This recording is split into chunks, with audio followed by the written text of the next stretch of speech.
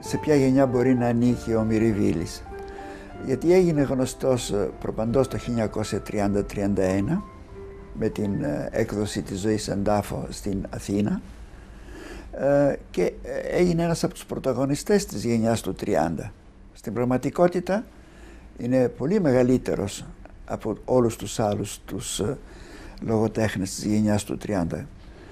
Γιατί είναι γεννημένος, αν θυμάμαι καλά, το 1892. Και εκείνο που είναι παράξενο είναι ότι οι δύο μεγάλοι πρωταγωνιστές της γενιάς του 30 που τους θεωρούμε ως πρωταγωνιστές είναι ο Μυριβίλης και ο Κοσμάς Πολίτης. Ο Κοσμάς Πολίτης επίσης ήταν πολύ μεγάλος στην ηλικία. Ο Μυριβίλης ξεκίνησε το 1912.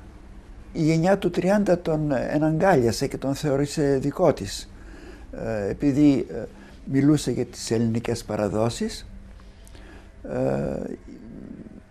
είχε πάρα πολύ ταλέντο, ήταν διαφορετικός από τους προηγούμενους λογοτέχνες, είχε ξεχωρίσει. Πρέπει να μιλήσουμε για δύο τρόπους γραφής.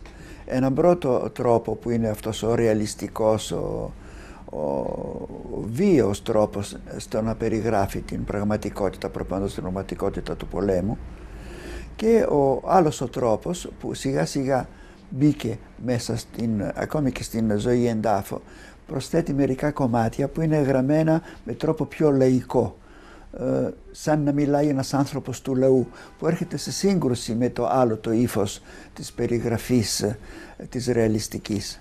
Και είναι αυτό το ύφος που θα επικρατήσει στο υπόλοιπο έργο του Μυριβίλη.